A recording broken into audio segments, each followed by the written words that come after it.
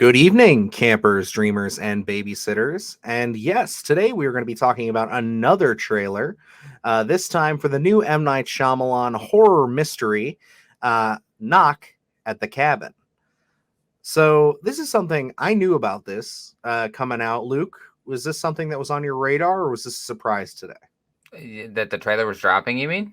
I mean, just the movie in general, because I No, was I shocked to had heard. see. I knew the title of his movie that was coming out. I didn't know anything about it. Knew it was based on a book. Didn't know there was a trailer out until I wandered onto the YouTube channel and saw you did a short on it, and I was like, oh well, let me go check out this trailer. Yeah, I tried to jump on that real quick, just in case if it was something that was something everybody Hot was going to be ticket. talking about. And no, it did not seem to take off. Only got about like 9 views as of today on that little thing, but that's not a problem. I did I want to consider cover it a it. win. Yeah, I do too. But yeah, I with this being M. Night Shyamalan, I figured that this would be something that at least, if not now, at some point, people would be interested in talking about it. And I'm interested in talking about it. I actually really like M. Night Shyamalan. I don't like everything that he's done, but I'm always interested when a new piece of content from him comes out. So, the fact that we had this trailer, and I was surprised at the quality so far of the trailer. And there's a couple of details I kind of wanted to discuss, which is why I proposed that we kind of break this thing down and take a look at it. So just general impressions. So you've watched the trailer. Yeah. How you feeling about it? What are you thinking? It seems pretty intriguing, but the thing is, with a lot of M. Night Shyamalan, like the movies with the trailers seem like, are probably the most interesting thing. Just in this, not that the movies aren't interesting, but I think my opinion on M. Night Shyamalan is that I think he could be a fantastic filmmaker, and I think he is to an extent. He just got stuck with these twists, and sometimes the twists don't resonate with people, and it hurts the quality of the film. And sometimes I feel like in his writing he gets hung up on that twist so much. So it's like, that the movies are not always like horrible. They have quality to them, but the trailers and the idea that they're probably the best thing is because you don't get the twist in the trailer, so you're putting the really good bits. So I mean, the trailer I was pleased with. I mean, we'll get into it, but I think that the kind of idea looks very intriguing. I think it gets people asking more questions, which is always great with the trailer. So, I was pleased with it. Dave Batista, can't go wrong. Oh, absolutely. No, I agree. I love me some Dave Batista. And like the thing about it too that I really liked, just in general is, and I think the thing that's really sticking out to me about it is even in his trailers, you can get certain M. Night Shyamalan isms. A lot of that would be some of my bigger critiques with him as of late. I would say it's always kind of been there, but I feel like as he's kind of gotten past this last Airbender, once he got over that hump, he started to kind of get into. I guess maybe The Happening would be a better example of his dialogue choices. Like Yeah. I saw Old last year. I enjoyed it for the most part. I thought that it was a little underwhelming towards the end of it. I was just like, okay, that was cool. But like again, there's a lot of really odd choices with that, with like calling a character mid-sized sedan and stuff like that, and having the little tiny 6-year-old walk around and ask people about mortgages and stuff. It's just like it just didn't really feel great. You know what I mean? It really takes you out of the movie. I guess I could say that's a better way to put it. Um, And I did see Old as well. And again, I think it's a perfect example where, and I think you get it with Glass and a lot of his other films where, again, I think he gets hung up on the twist where before it was just a twist. And then it's like looking at Old, I think that movie went on for probably maybe 15 minutes after, like longer than it should have, where it's like mhm. he had a twist, then he had more explanation, then it was another, and it's like, you got to get in, you got to get out. You know what I mean? Give me a Sixth Sense. You know what I mean? Where it's like the twist, and then where this is pretty It's much it's it. Where over. And one thing that I really like of his recent work is Split. I really love Split. And Split doesn't really sit there with much of a twist. I think the big twist is more or less the the little ending bit where we realize that it's attached to Unbreakable, but that is literally tagged on at the end. So it's like you could end the movie where it ends, and And be done. it would be done. And I think like there's like a small twist where you find out that she's spoilers for Split, but that she's underneath a zoo is where he's been storing her. But at the end of the day, it's like that's not really a twist, and it doesn't really do much to affect the story. Yeah. And I love that movie. I thought that was not just a great performance from James McAvoy, like a legendary performance from James McAvoy, in my opinion. But like, I just thought it was really well crafted and the story was smart. And I really think it's some of his best work in years. Um, and then some of his other projects that I love, because I mean, a lot of people say The Sixth Sense and everything. My personal two favorites would probably be Signs and The Village. I adore both of those movies. I think that they are brilliant. I recently, due to Chris Stuckman's video where he went and checked out the filming location for Signs. I don't know if you saw that. No. It's pretty good stuff. He went back to where they shot Signs and like kind of walked through the cornfields and everything, and it was really cool and nice to see after all these years. But I went back and watched it again, and I usually give it a watch every couple years, and just like I was just floored by the ending with the alien and everything, and just the little dialogue exchange that Joaquin Phoenix and Mel Gibson have that kind of plays over it with the music. I was just like, this is good shit. And then he kind of, again, like you said, he really gets hung up and pigeonholed into that whole there needs to be a twist thing. And then I feel like that really affected his work going forward.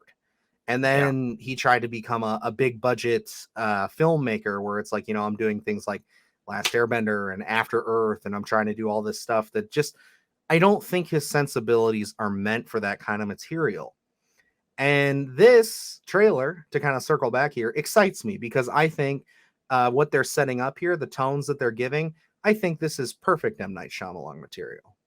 Yeah, I'm very intrigued to see what they're gonna do here. I haven't read the book that this is based off of, but I did wander into the comments of Twitter for just a few of them, and I know people were saying that they enjoyed the book. The ending of the book itself wasn't that great, so they Mm-hmm. were hoping maybe he can put his own twist on there, and that's really where I think he's gonna do something. I think he's probably gonna put that M Night Shyamalan spin on the end of it as to whatever the book says. I think he's going to give us a different ending there. So, I mean, the film itself seems very interesting. I mean, we don't know too much about it. I think it sets a good tone. It makes it very interesting. So, I mean, I'm intrigued. No, I agree with you. And going into that, so it is based off a novel because I was going to bring this up by called the Cabin at the End of the World. And I was informed also on Twitter that if you don't know how the story plays out, don't try to go in as blind as possible. Because there's a lot of elements that, if done right in this adaptation, will be really surprising and cool. So I didn't really look into too much about the novel.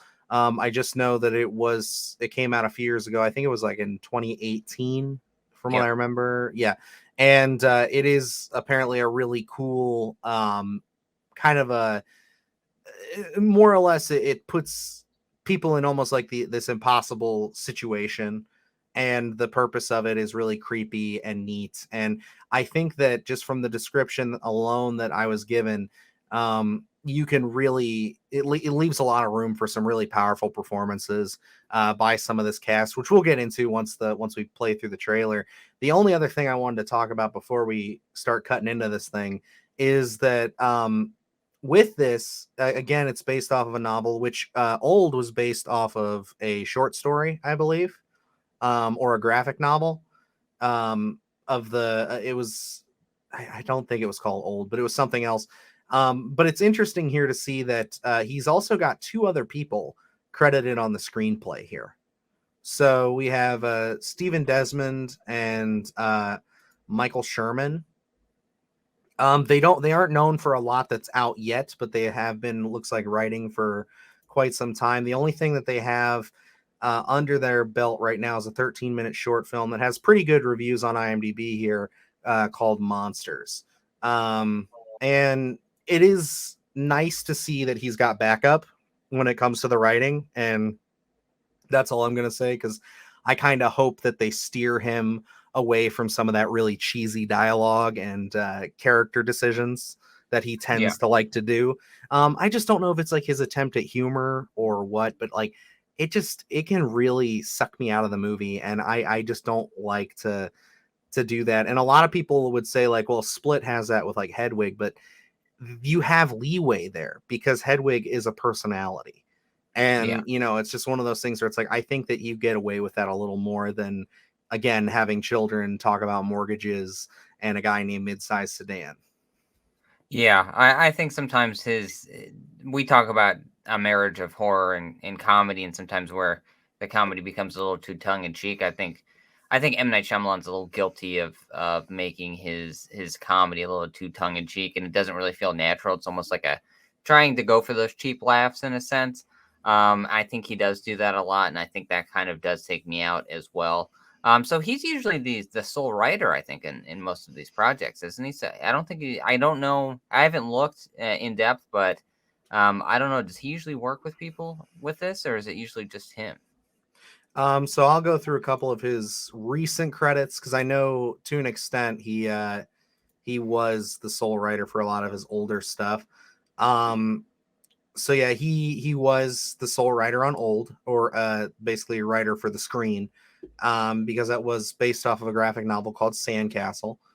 So he didn't have any backup on that one, which I think I looked that up earlier, which is why I kind of made that comparison. Obviously, Split and Glass were his original properties. And I believe, yes, the same with The Visit. So that does seem to be the trend, is that for most everything that he does, he is the sole writer. So with that in mind, it makes me more excited again to say maybe he's a little bit more, reined in here in a sense. Yeah, Maybe they can kind of pump the brakes on some of that, and we can get a little bit more of a consistent tone, and I don't have to worry about Dave Batista's character being named Melman Smellman or something stupid like that. I I'd just be for made that. that I think that's good up. screenwriting. You think that's the key right there? I will accept nothing less than unless his name's Melman Smellman. Yes, but let's get into this a little bit. We've talked far quite enough on this, so I'm gonna kind of pop this up for us here. Okay, so we've got the trailer. Actually, let's do it like that, so that way everybody can see our shining faces. Oh, look So, at that Universal logo. They did of Child's Play course, too. they do. So I have the volume down a little bit here so you guys can hear us talking too. Um, That's the tune right there. yes, That I love. We got Holt. I don't know the actor's name, but from Mindhunter, when I saw him pop is up, I it was super Jonathan excited. Groff or something I maybe? believe so. Yes. Wonderful. I'd I, love to see him in anything, to be honest. yes, Jonathan Groff. Yeah, excellent. This is a really well cast flick. Like I can tell Yeah. you that so far. I love this. I don't know if I'm assuming that I don't know if that actually goes into it, the transition right there, or if they're all there, or if it's just her. But I'd love to see him just walking so far away from in the woods there. Hmm. And as the title of the film suggests, there's the knock at the cabin there for I us. love this audio here. That the Hmm. knocking, I think is perfect. Also nice to meet you. And it's in my mind, I love Dave Batista being the main kind of I guess he's an antagonist. I guess we'd have to see the movie, but Yeah. he's playing such a big role here because M. Night did state that he cast him in this role after seeing the opening of Blade Runner 2049, Yeah. which in my opinion to this date is his best performance. I think those first 15-20 minutes he's absolutely brilliant It in. might be the most And important I mean, job. to be honest here, Dave Batista has such a young acting career right now. So I'm very excited to see him get an actual big role here to kind of that carries throughout the film. Yeah, I agree. And yeah, I think they're doing a really good job building up the intensity. I know I said this in my my short here is that I'm happy to say this is probably We were only the and are first united like by a common vision, 20 minutes of this which is movie or now so. become the command. Yeah. Because we don't see And we anything cannot post ignore. this sequence here, which is I great. know. I love just this introduction to the Are here. characters here, and this is really where we stay with this. And Like, we don't really know what's going to happen. It's a struggle getting into the family, cabin at first, which and is now one we're of just all here. This is places. the introduction kind of between all these characters. So, Hmm. If you fail to very choose, intriguing stuff. the world will end.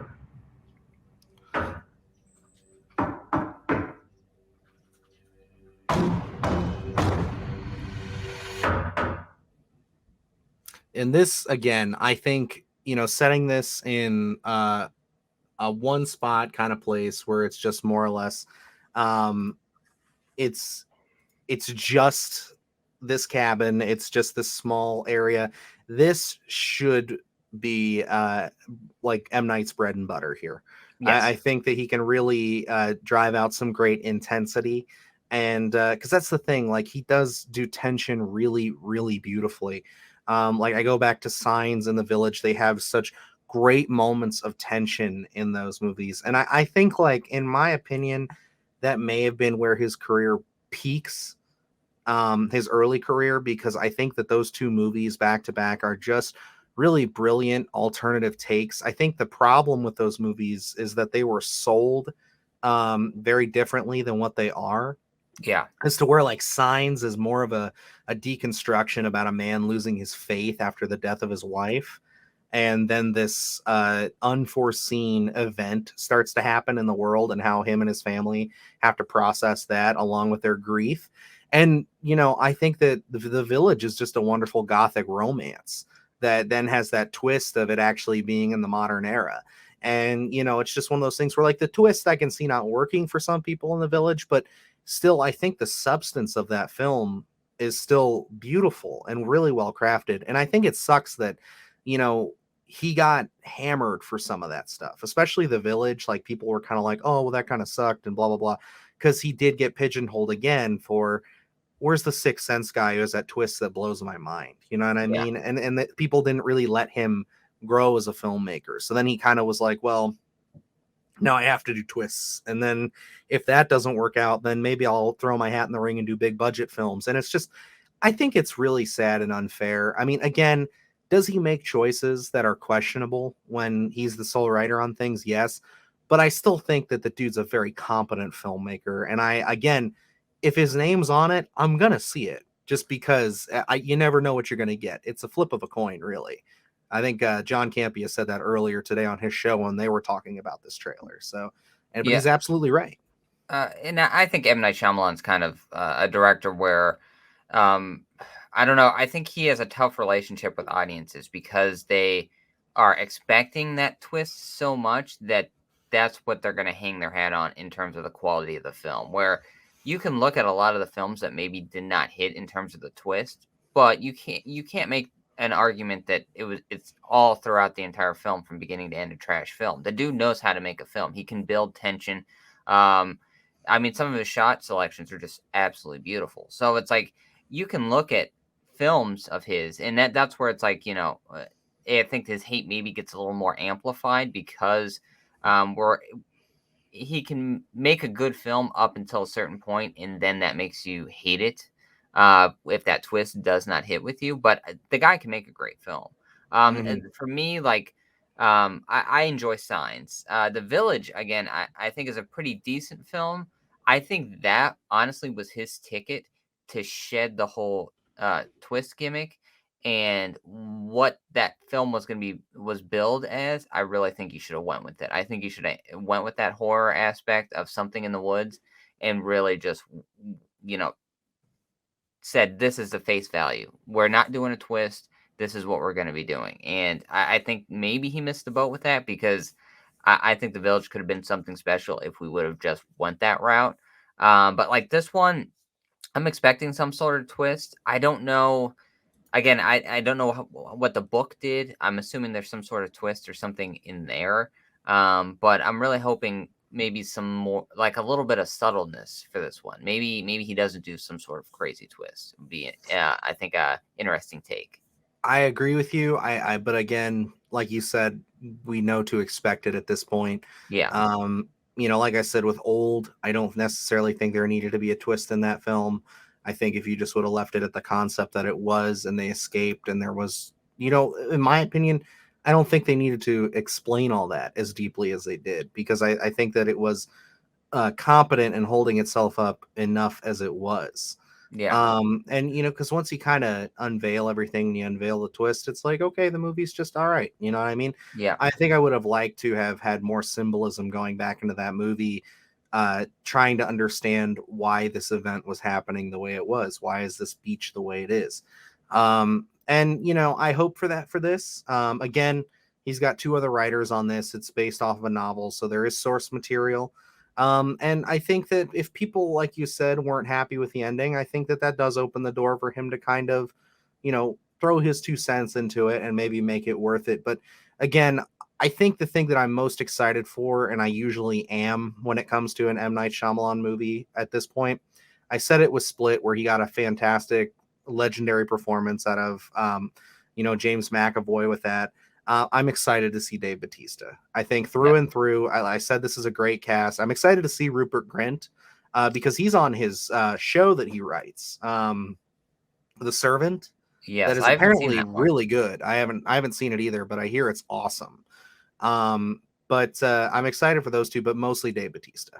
Yeah, and that's one because Dave Batista has had some meaty roles, I guess, but not like he's done some comedies, Blade Runner, some stuff like that, but he hasn't. I don't think he's had the chance to be a leading man in a more serious kind of thriller like this. So Hmm. I expect a lot from him.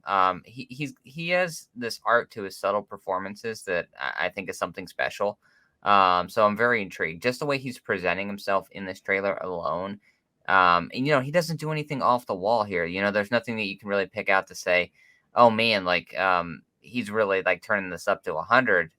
It's just subtle stuff. Hmm. The choice to have him talking to the little girl off camera and you just see his hand. I think that's very intriguing. I think that's a great shot.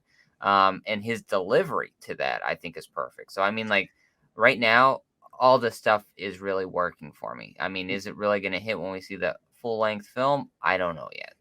Yeah, and I love the frightening aspect to his voice too, where you can tell he's uncomfortable by what he Yeah. has to do, and like you can tell he's not.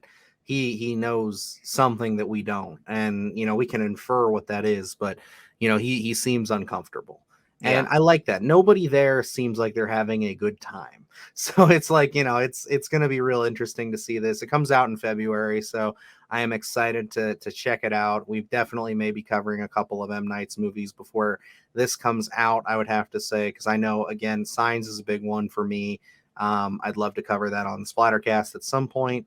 But yeah, I think that this is definitely something I'm curious to see what's going to happen. It seems like all signs are pointing in this to be a good one. I really hope he follows through. And a point that was brought up in a video I watched earlier, they were saying, I hope we don't get any more trailers. I agree. I think that this is perfect marketing. I don't need to see any more. Don't show me anymore, because if you start showing too much, then I think that intrigued notion that I have, it could dwindle a little bit. And I don't want that. I like where it's sitting. If you give me something a little more in line with like what we're saying here, with long bits of dialogue here, where we don't really know what's going on, I think I'd be okay with that. As long as you kind of, again, we've talked about it in a few different videos where a lot of the trailer stuff should really be kept for that first 15 to 20 minutes of the film, so you don't really get spoiled with anything. But yeah, if you're keeping like these shots of just these characters giving these long bits of dialogue, I think that would be fine, just to kind of create intrigue. Like this one, I mean, we have that opening to get into the cabin, and then as soon as we get in the cabin, the tone slows down. And this is just in the trailer where we get the close up of Batista and he's delivering the dialogue. I think that works perfect because that is really performance based. It's very intriguing dialogue. It really sets the tone, the stakes of this film, at least from one character's perspective. He seems very earnest in his conviction. So I mean, like if we get a couple other characters delivering dialogue, I think would be interesting. But yeah, I don't think you should go too in depth in terms of what's going to be happening, kind of as the trigger of this is pulled. I agree. But yeah, that's I think gonna about wrap us up here, guys. Unless you have any final closing thoughts on this trailer here, Luke. No, didn't know we were gonna get this today. This is intriguing stuff, but the jury is out. I never know anymore what to think of an M. Night Shyamalan film. Mm. Um, I'm intrigued. For better or worse, for his films, I think he always pulls great performances out of actors. So I'm gonna double down on Dave Batista and probably a handful of others in this to say we're probably gonna get some good performances. That I do feel confident in. I think that we will get some good performances, hopefully some great tension, and I really hope he can accomplish the ending. And if Dave Batista does end up being called Melman Smellman, as long as the performance is good and the intensity is there, I might be able to look past it. But alrighty, guys, it's going to wrap us up here for the Knock at the Cabin trailer breakdown and review. So if you guys are looking for more of our content, we got a ton of stuff coming out this week. I mean, this has just been a jam-packed week for us. I mean, So much. we have our Still got Jeepers Sunday Creepers Scaries. review. Yeah, and we still have more to come. So we have our Jeepers Creepers review, which has been up since Monday. Really doing great. Thank you guys for checking that out. Really blowing that video up for us. We love it. And thank you to all the new fresh faces joining us here on the channel. We appreciate you subscribing, and we love having you here. If you are not yet subscribed and you think we deserve it, please hit that subscribe button for us. We are trying to build a wonderful community here, and we're just having a lot of fun doing it, talking horror movies, all the good stuff. If you do want to keep up with us on social media, we do have Twitter, TikTok, and Instagram, all at SplattercastPod. That way you can find us and see our little videos, out of the theater reactions, thoughts, just general horror movie conversations, all going on all the time. And yeah, definitely keep an eye out for this Sunday with a new episode of the Sunday Scaries. It's looking like not only with this week of stuff we have covered, there's a whole buttload of stuff that just got announced. Lots of good stories. It's been a crazy week in the horror community, honestly. And I couldn't be happier with it. We're getting right into October here soon. So it's starting to ramp up, man. It's officially fall. The Oh, weather yeah. outside is feeling like it. Boy, Hoodie weather, baby. horror is in the air, sir. I love it. Alrighty, guys, but that's going to wrap us up here. So until next time, I'm Dylan Newell. And I'm Luke Janesco. And remember, stay scared.